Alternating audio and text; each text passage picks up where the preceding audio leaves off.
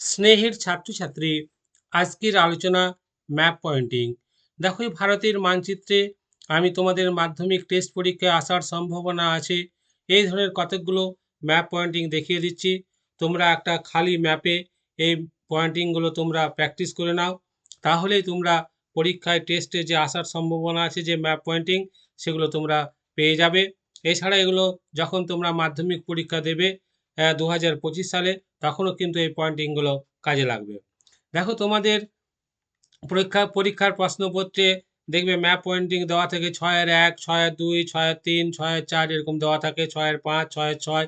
আমি দেখো এখানে তোমাদের করে নিয়েছি কি, আমি 1-2 করে লিখে নিয়েছি, 1, 2, 3, 4, 5, 6, 7, 8, 9, 10। এরকম করে আমি দেখো 10টি তোমাদের দেওয়া থাকে, সেই 10টি আমি 10 নাম্বার দিয়ে দিয়েছি। এবং যেগুলো দেওয়া আছে ম্যাপ পয়েন্টিংয়ে, যেগুলো করতে বলা হয়েছে, সেগুলো আমি পাশে লিখে নিয়েছি। 1 নম্বরে বলা হয়েছে থর মরুভূমি, 2 নম্বরে বলা হয়েছে কচ্ছ কাথিয়াবাড় উপদ্বীপ, 3 নম্বরে দেখো পক প্রণালী, 4 নম্বর মেঘালয় মালভূমি, 5 নম্বর একটি গম উৎপাদক অঞ্চল, 6 নম্বর কন্যাকুমারিকা অন্তরীপ, 7 নম্বর কৃষ্ণ মৃত্তিকা অঞ্চল, 8 নম্বর চিল্কা হ্রদ, 9 নম্বর বিন্ধ্য পর্বতমালা এবং 10 নম্বর দুর্গাপুর লৌহ ইস্পাত শিল্প কেন্দ্র। এই 10টি ম্যাপ পয়েন্টিং তোমাদের করে দেখাতে হবে। তোমরা প্রশ্নপত্র অনুসারে বক্সে 1-2 করে লিখে নিলে, তোমাদের প্রশ্নপত্রে যদি দেওয়া থাকে 6-1, 6-2, 6-3, মানে 6-1 বলতে 6.1, 6.2, 6.3, 6.4 এরকম দেওয়া থাকবে, তখন তোমরা সেইভাবে তোমরা কিন্তু লিখে নেবে। এছাড়া তোমরা চিহ্ন, যেগুলো এই যে চিহ্নগুলো ব্যবহার করেছো, এছাড়া ম্যাপ পয়েন্টিংয়ের জন্য কি কি চিহ্ন ব্যবহার করতে হয় তার একটি ভিডিও আমি আগেই করে দিয়েছি, তোমাদের লিঙ্ক ডেসক্রিপশন বক্সে দিয়ে দেবো। কিন্তু তোমাদের অত চিহ্ন নিয়ে মাথা খারাপ করতে হবে না, তোমাদের সহজ সরলভাবে যেভাবে করা যায় তার সেইভাবে আমি তোমাদের দেখিয়ে দিচ্ছি। দেখো তোমরা কি করবে, তোমরা এই যে বক্সের ঘরে তোমরা অতি অবশ্যই তোমাদের যেমন প্রশ্নপত্রে দেওয়া থাকবে সেই নাম্বারগুলো তোমরা লিখে দিবে। লিখে নিয়ে কি কি করতে বলেছি সেটাও লিখে নেবে। দেখো এখানে 1 নম্বরে বলেছে থর মরুভূমি, আমি দেখো এই রাজস্থানে এই থর মরুভূমিটা দেখিয়ে নিয়েছি এবং বুঁদ বুঁদ চিহ্ন দিয়ে দিয়েছি এবং এটি 1 নম্বর এখানে দিয়ে দিয়েছি, হয়ে গেল থর মরুভূমি, এখানে 1 নম্বর পেয়ে যাবে। তারপর দেখো 2 নম্বর বলছে কচ্ছ কাথিয়াবাড়। দেখো এই যে গুজরাটে কচ্ছ কাথিয়াবাড় আছে, উপর দিকটা হচ্ছে কচ্ছ, নিচ দিকটা কাথিয়াবাড়, এটা একটা উপদ্বীপ। এটা তুমি দেখো ঘেরা দিয়ে তুমি দেখিয়ে নিলে এবং একটা চিহ্ন দিয়ে দিলে, নিয়ে লিখে দিলে এখানে 2 নম্বর কচ্ছ কাথিয়াবাড়। তারপর দেখো 3 নম্বর দিচ্ছে প্রক প্রণালী। দেখো 3 নম্বর যে শ্রীলঙ্কা এবং ভারতের মাঝখানে আছে প্রক প্রণালী, এটা তুমি প্রক প্রণালীর চিহ্ন হচ্ছে, দেখো প্রণালীর চিহ্ন হচ্ছে রেল লাইনের মতো এরকম দিতে হয়। তাহলে তো সেখানে 3 নম্বর দিয়ে দিলে এবং ওটা লিখে দিলে। এখন 3 নম্বর দেখো প্রক প্রণালী তুমি তো আগেই লিখে রেখেছো। তারপরে 4 নম্বর দেখো, 4 নম্বর বলেছে কি, দেখো লক্ষ্য করো, 4 নম্বর বলেছে মেঘালয় মালভূমি। দেখো এটা মেঘালয় রাজ্য, মেঘালয় রাজ্যে মেঘালয় মালভূমি তোমরা দেখতে পাচ্ছ। দিয়ে এখানে বড় বড় বোল্ড আকারে দিয়ে দিলে, বড় বড়, যেমন দেখো এই যে বড় বড় বিন্দু দিয়ে দিয়েছো, এটা মালভূমি। 4 নম্বর এখানে লিখে দিলে 4 নম্বর হচ্ছে মেঘালয় মালভূমি। 5 নম্বর যে একটা গম উৎপাদক অঞ্চল, তোমরা জানো হরিয়ানা, পাঞ্জাব, উত্তরপ্রদেশে গম উৎপন্ন হয়, তাহলে সেই সব জায়গাগুলো তুমি অল্প দেখিয়ে নিলে, ঘেরা দিয়ে দিলে, নিয়ে ফসলের চিহ্ন দিয়ে দিলে, নিয়ে 5 নম্বর এখানে লিখে দিলে। তারপর দেখো কি দিয়েছে, কন্যাকুমারিকা অন্তরীপ। দেখো যে ভারতের একদম দক্ষিণ মূল ভূখণ্ড, যে ভারতের দক্ষিণতম যে স্থলবিন্দু মূল ভূখণ্ডের। আর এমনি ভারতের যদি বলে দক্ষিণতম স্থলবিন্দু, তাহলে হচ্ছে তোমার কোথায় গেল বলতো, ইন্দিরা পয়েন্ট, আন্দামান নিকোবর দ্বীপপুঞ্জ আছে। তাহলে এখন দেখো এখানে বলেছি কন্যাকুমারিকা অন্তরীপ, তাহলে এই জায়গাটা দেখিয়ে দিলে, নিয়ে একটা ছোট্ট মতন একটা বিন্দুর মতো চিহ্ন, বড় চিহ্ন তো, বড় বিন্দু আকারে এখানে দিয়ে দিলে, নিয়ে এখানে লিখে দিলে 6 নম্বর হয়ে গেল কন্যাকুমারিকা অন্তরীপ। 7 নম্বর কৃষ্ণ মৃত্তিকা অঞ্চল। অঞ্চল বোঝানোর জন্য একটু ঘেরা দিতে হবে এবং অনেকটা জায়গা নিতে হবে, অনেকটা জায়গা নিয়ে নিচ্ছে। এবং কৃষ্ণ মৃত্তিকা বলতে মহারাষ্ট্র এবং গুজরাট, তারপরে এদিকে অন্ধ্রপ্রদেশ, কর্ণাটকে কৃষ্ণ মাটি আছে, মানে কালো মাটি আছে, যেটাকে কার্পাস মাটি বলে। ঘেরা দিয়ে কিছুটা জায়গা দেখিয়ে এবং নিজের মতন একটা চিহ্ন দিয়ে দিলে, নিয়ে দেখো তারপরে তুমি ওখানে 7 নম্বর লিখে দিলে কৃষ্ণ মৃত্তিকা অঞ্চল। তারপর 8 নম্বর কি বলছি, দেখো 8 নম্বর লক্ষ্য করো, 8 নম্বর চিল্কা হ্রদ। দেখো এই যে উড়িষ্যা উপকূলে চিল্কা হ্রদ আছে, বঙ্গোপসাগরেও দেখো দিকটা বঙ্গোপসাগর। দেখো এখানে লক্ষ্য করে এটি চিল্কা হ্রদ, কিন্তু যেহেতু জায়গাটা অনেক ছোট, তাহলে সেই জন্য তোমাকে এখানে একটা তীর চিহ্ন দিয়ে দিতে হবে, তীর চিহ্ন দিয়ে দেখিয়ে দিতে হবে এটা হচ্ছে চিল্কা হ্রদ, নিয়ে 8 নম্বর লিখে দিলে। তারপর 9 নম্বর যে বিন্ধ্য পর্বতমালা। দেখো এটা পর্বতমালার চিহ্ন, পর্বতমালার চিহ্ন, এটা এরকমও চিহ্ন দিতে পারো, এরকম করে, এরকম করে করে করে করে করে তারপরে এরকম দিয়ে তারপর তোমরা ওটাকে ভরাট করে দিতে পারো, এইভাবেও দেওয়া যায়। যেটা যাই হোক, যেভাবে হোক এভাবে দেওয়া যায়। তাহলে তোমরা এটা ব্যবহার করলে। এবার লক্ষ্য করো, তারপর দেখো এরপর এরপর তোমাদের যেটা দেওয়া আছে, দেওয়া আছে কি, দেওয়া আছে বিন্ধ্য পর্বত হয়ে গেল। এবার দেওয়া আছে দুর্গাপুর লৌহ ইস্পাত কেন্দ্র। দেখো যে দুর্গাপুর লৌহ ইস্পাত কেন্দ্র, এখানে একটা গোল চিহ্ন দিয়ে দিলে, দিয়ে এখানে লিখে দিলে 10 নম্বর দুর্গাপুর লৌহ ইস্পাত শিল্প কেন্দ্র। তাহলে 10টি বিষয় তোমাদের দেখানো হলো। 1 নম্বর কি লিখলে, এটা খুব ইম্পর্টেন্ট, থর মরুভূমি। 2 নম্বর কচ্ছ কাথিয়াবাড় উপদ্বীপ। 3 নম্বর দেখালে পক প্রণালী, এটাও ইম্পর্টেন্ট। 4 নম্বর দেখালে মেঘালয় মালভূমি, মেঘালয় মালভূমি, এটা মেঘালয় মালভূমি। 5 নম্বর দেখালে এটা একটা গম উৎপাদক অঞ্চল, গম উৎপাদক অঞ্চল 5 নম্বর দেখিয়ে দিলে। আবার 6 নম্বর দেখো, 6 নম্বর হচ্ছে কন্যাকুমারিকা অন্তরীপ, বা যদি মূল ভূখণ্ডের বলা হয়েছে ভারতের মূল ভূখণ্ডের একদম দক্ষিণতম স্থলবিন্দু, তাহলে এটা দেখিয়ে দিলে 6 নম্বর। 7 নম্বর দেখো বলেছে কৃষ্ণ মৃত্তিকা অঞ্চল, 7 নম্বর কৃষ্ণ মৃত্তিকা অঞ্চল বলেছে। 8 নম্বর দেখো চিল্কা হ্রদ, চিল্কা হ্রদ। তারপর 9 নম্বর বলেছে দেখো বিন্ধ্য পর্বতমালা, বিন্ধ্য পর্বতমালা। আর 10 নম্বর বলেছে তোমার কি না দুর্গাপুর লৌহ ইস্পাত কেন্দ্র। এরপর দেখো পরের যে ম্যাপটি দেখো, এটাও খুবই ইম্পর্টেন্ট। দেখো 1 নম্বরে কি বলা হয়েছে, 1 নম্বর বলেছে K2 শৃঙ্গ, মানে হচ্ছে ভারতের সর্বোচ্চ শৃঙ্গ, যেটা কারাকোরাম পর্বতমালাতে আছে। K2 বা গডউইন অস্টিন বলা হয়। একটা কে হয়েছে কারা, আর একটা কে হয়েছে কোরাম, সেই জন্য K2 হয়েছে। তারপর দেখো কচ্ছের রান বা কচ্ছের রন, তারপর দিয়েছে মালাবার উপকূল 3 নম্বর দিয়েছে। 4 নম্বর দিয়েছে একটি উৎপাদক অঞ্চল। 5 নম্বর কাম্য বা খাম্বাত উপসাগর। 6 নম্বর মৌসিনরাম। 7 নম্বর সুন্দরবন। 8 নম্বর দিল্লি। এবং 9 নম্বর দেখো সরল বৈকরণ্য বলেছে। 10 নম্বর সাতপুরা পর্বত।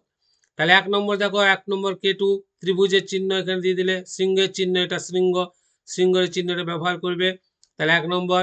2 নম্বর দিয়েছে দেখো যে তোমার এখানে দেখো কচ্ছের রন বা রান আছে এখানে, এটা হচ্ছে একটা জলাভূমি, লবণাক্ত জলাভূমি। এটা খুব ইম্পর্টেন্ট এবছর। এখানে 4টা জিনিস দেখো খুব ইম্পর্টেন্ট আছে। এটা হচ্ছে তোমার এই অংশটা হচ্ছে তোমার রাজস্থানের মরুভূমি, এটা কচ্ছের রন। আর এখানে তোমার হচ্ছে তোমার এটা হচ্ছে কচ্ছ কাথিয়াবাড় উপদ্বীপ, এই জায়গাটা পাচ্ছ। আর এখানে পাচ্ছ কাম্য উপসাগর, দেখো কাম্য বা খাম্বাত উপসাগর। 5 নম্বর দেখো, 5 নম্বর বলছে কাম্য বা খাম্বাত উপসাগর, এই যে গলির মধ্যে এই যে জলভাগ, এটা হচ্ছে খাম্বাত উপসাগর বা কাম্য উপসাগর, এখানে 5 নম্বর দিয়ে দিলে। 6 নম্বর কি বলছে দেখো, 6 নম্বর বলেছে তোমার মৌসিনরাম। দেখো 6 নম্বর মেঘালয় রাজ্যে আছে চেরাপুঞ্জির মৌসিনরাম, যেখানে সবচেয়ে বেশি বৃষ্টিপাত হয়। তাহলে এটা মৌসিনরামটা দেখালে।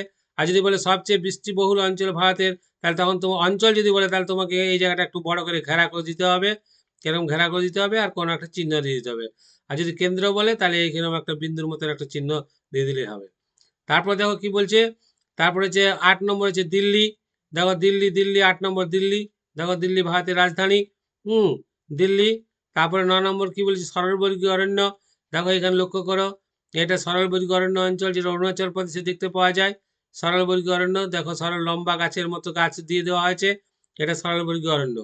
তারপরে দেওয়া আছে 10 নম্বর সাতপুরা পর্বত। দেখো এটি সাতপুরা পর্বত, এটা কিন্তু খুব ইম্পর্টেন্ট সাতপুরা পর্বত।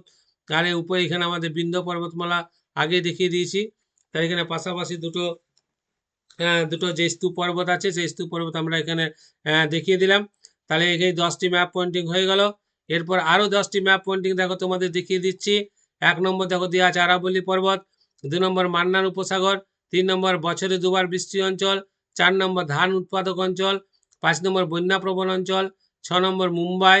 7 নম্বর নর্মদা নদী। 8 নম্বর লাদাখ মালভূমি। 9 নম্বর লোকটাক হ্রদ। 10 নম্বর গারো পাহাড়, গারো পাহাড়। তাহলে 1 নম্বর আমরা কি পেয়েছি দেখো, লক্ষ্য করো।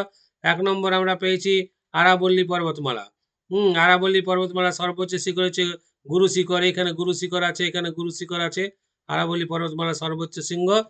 আচ্ছা, তারপর দেখো 2 নম্বরে আমাদের দেখাতে বলেছি, 2 নম্বরে যে এটা হচ্ছে মালাবার উপকূল, মালাবার উপকূল না, মান্নার উপসাগর। এটা মান্নার উপসাগর, মালাবার উপকূল, তো এইটা মালাবার উপকূল, এটা হচ্ছে মালাবার উপকূল। আর এই যে কি হচ্ছে মান্নার উপসাগর, এই জায়গাটা দেখিয়ে দিলেন, 2 নম্বর দিয়ে দিলে। তারপর 3 নম্বর হচ্ছে বছরে দুবার বৃষ্টিপাত। তামিলনাড়ু উপকূলে বছরে দুবার বৃষ্টিপাত হয়, এই জায়গাটা দেখিয়ে দিলে তামিলনাড়ু উপকূল। বছরে দুবার বৃষ্টিপাত হয় ওখানে, ওই জায়গাটা দেখিয়ে দিলে। তারপরে এই যে 3 নম্বর এখানে লিখে দিলে। তারপরে হচ্ছে তোমার বন্যা প্রবণ অঞ্চল, আসামে আমরা জানি প্রচুর ব্রহ্মপুত্রের যে উপত্যকা, সেখানে প্রচুর বন্যা হয়। তাহলে এখানে একটা মোটামুটি ঘেরা দিয়ে একটা সেট দিয়ে দিলে, নিয়ে লিখে দিলে 5 নম্বর, এটা হচ্ছে 5 নম্বর। 5 নম্বর হচ্ছে তোমার বন্যাপ্রবণ অঞ্চল। 6 নম্বর হচ্ছে মুম্বাই। দেখো মুম্বাই হচ্ছে যে দেখো অর্থনৈতিক রাজধানী, এই যে আমাদের মুম্বাই মহারাষ্ট্রের রাজধানী, এটা 6 নম্বর। তারপর দেখো নর্মদা নদী, তার পাশেই দেখো এখানে নর্মদা নদী আছে, নর্মদা নদী আছে, নর্মদা নদীর উপর দিকে আছে তোমার এদিকে আছে বিন্ধ্য পর্বতমালা, এখানে বিন্ধ্য পর্বতমালা পাবে, এখানে বিন্ধ্য পর্বতমালা পাবে, এখানে বিন্ধ্য পর্বতমালা এখানে, আর এদিকটা পাবে তোমরা সাতপুরা। হ্যাঁ, তার মাঝখান দিয়ে নর্মদা তাপ্তি বয়ে গেছে। এরকম। যাই হোক, এর পরের যে অংশটা লক্ষ্য করো, পরের যেটা সেটা হচ্ছে লাদাখ মালভূমি।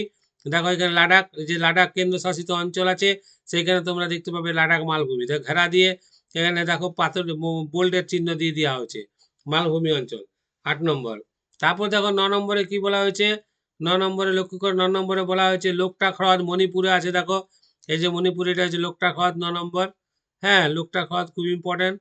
তারপরে দেখো 10 নম্বর যে গারো পাহাড়, এখানে গারো খাসিয়া জয়ন্তিয়া আছে। লক্ষ্য করে এখানে যে মেঘালয়, সেই মেঘালয় গারো খাসিয়া জয়ন্তিয়া, এরকম 3টি এরকম পর্বত আছে বিশেষ উল্লেখযোগ্য। তার মাঝে এখানে প্রথমেরটা হচ্ছে গারো, এটা দেখো এটা গারো, লক্ষ্য করে বলে দিচ্ছে গারো পাহাড়, গারো পাহাড়।